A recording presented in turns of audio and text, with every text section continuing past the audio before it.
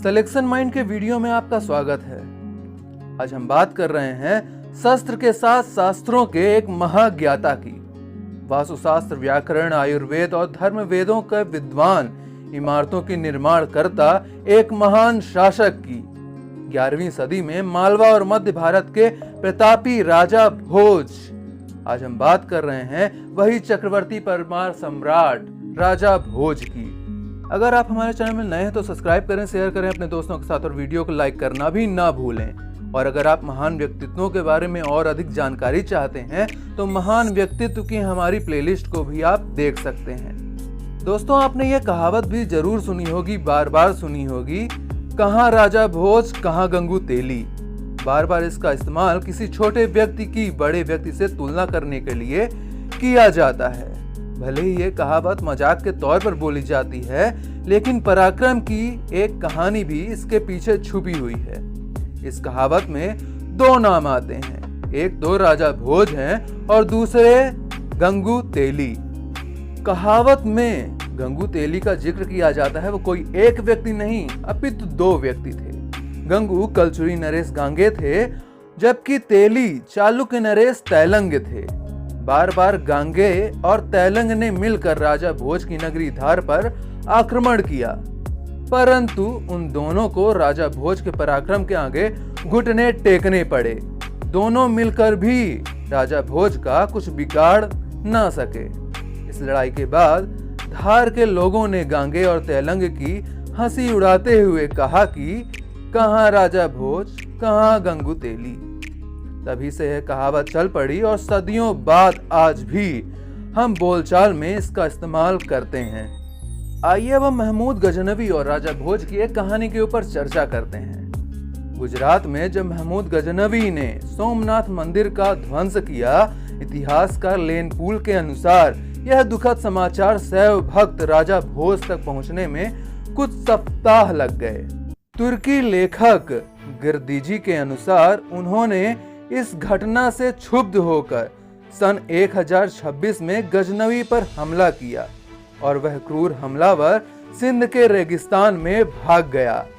तब राजा भोज ने हिंदू राजाओं की संयुक्त सेना एकत्रित करके गजनवी के पुत्र सालार मसूद को बहराइच के पास एक मास के युद्ध में मारकर सोमनाथ का बदला लिया और फिर 1026 से 1054 की अवधि के बीच भोपाल से 32 किलोमीटर पर स्थित भोजपुर शिव मंदिर का निर्माण कराकर मालवा में सोमनाथ की स्थापना की। विख्यात पुराविद अनंत वामन वाकड़कर ने अपनी पुस्तक the glory of the Parmar of Malwa में भोजराज की विजय की पुष्टि की है। आइए हम जानते हैं महाराजा भोज के कुछ उल्लेखों के बारे में। राजतरंगिणी में लिखा हुआ है कि उस समय विद्वान और विद्वानों के आश्रयदाता क्षितिराज और भोजराज ये दोनों ही अपने नाम की अधिकता से संसार में प्रसिद्ध थे। कल्हड़ ने अपने विक्रमांक देवचरित्र में क्षितिपति की तुलना भोजराज से ही की है और अन्य नरेशों की तुलना राजा भोज से नहीं की जा सकती। उसमें लिखा है कि लोहे का राजा वीर क्षितिपति भी भोज के समान ही गुणों का धनी था। मध्य प्रदेश की राजधानी भोपाल से करीब 250 किलोमीटर दूर धार की नगरी को राजा भोज की नगरी कहा जाता है। 11वीं सदी में यह शहर मालवा की राजधानी रह चुका था। इतिहास के पन्नों में दर्ज है कि राजा भोज शस्त्रों के साथ शास्त्रों का भी महाज्ञाता था। उसको वास्तुशास्त्र, व्याकरण, आयुर्वेद और धर्म वेदों का भी ज्ञान था। उन्होंने इन विषयों पर कई किताबें और ग्रंथ भी लिखे थे। राजा भोज ने अपने शासनकाल के दौरान कई मंदिरों और इमारतों का निर्माण भी कराया था। आइए हम राजा भोज के सामान्य परिचय के बारे में बात करते हैं। सिंध राज्य के उत्तराधिकारी राजा भोज परमार वंश के एक महान शासक थे। समय 1000 से 1055 ईस्वी। जानकारी के स्रोत राजा भोज के धार, बेतमा, भोजपुर अभिलेख, पद्मगुप्त के नवसहसांग चरित्र।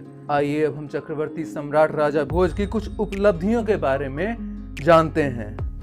सबसे पहले हम राजनीतिक उपलब्धि को देखते हैं। राजा भोज ने सर्वप्रथम अपनी राजधानी उज्जैन से धार परिवर्तित की। अपने विरोधी शासक जैसे चंदेल, प्रतिहार, सोलंकी, कलचुरी आदि को इन्होंने पराजित किया। साम्राज्य विस्तार खानदेश, चित्तौड़गढ़, गुजरात एवं गोदावरी घाटी तक फैलाया। अगर हम राजा भोज की सांस्कृतिक उपलब्धि के बारे में जानें तो राजा भोज स्वयं एक महान कवि व विद्वान थे एवं स्वयं कविराज की उपाधि से सम्मानित थे।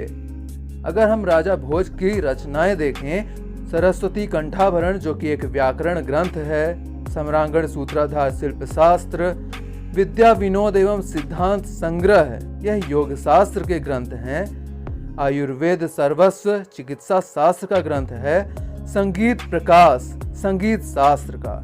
एक बार फिर से देखते हैं, सरस्वती कंठाभरण व्याकरण, सम्रांगण सूत्राधार शिल्प शास्त्र, विद्या विनोद व सिद्धांत संग्रह योग शास्त्र, आयुर्वेद सर्वस्व चिकित्सा शास्त्र, संगीत प्रकाश संगीत शास्त्र का एक ग्रंथ है। राजा भोज ने अपने दरबार में धनंजय व पद्मगुप्त जैसे विद्वानों को संरक्षण प्रदान किया।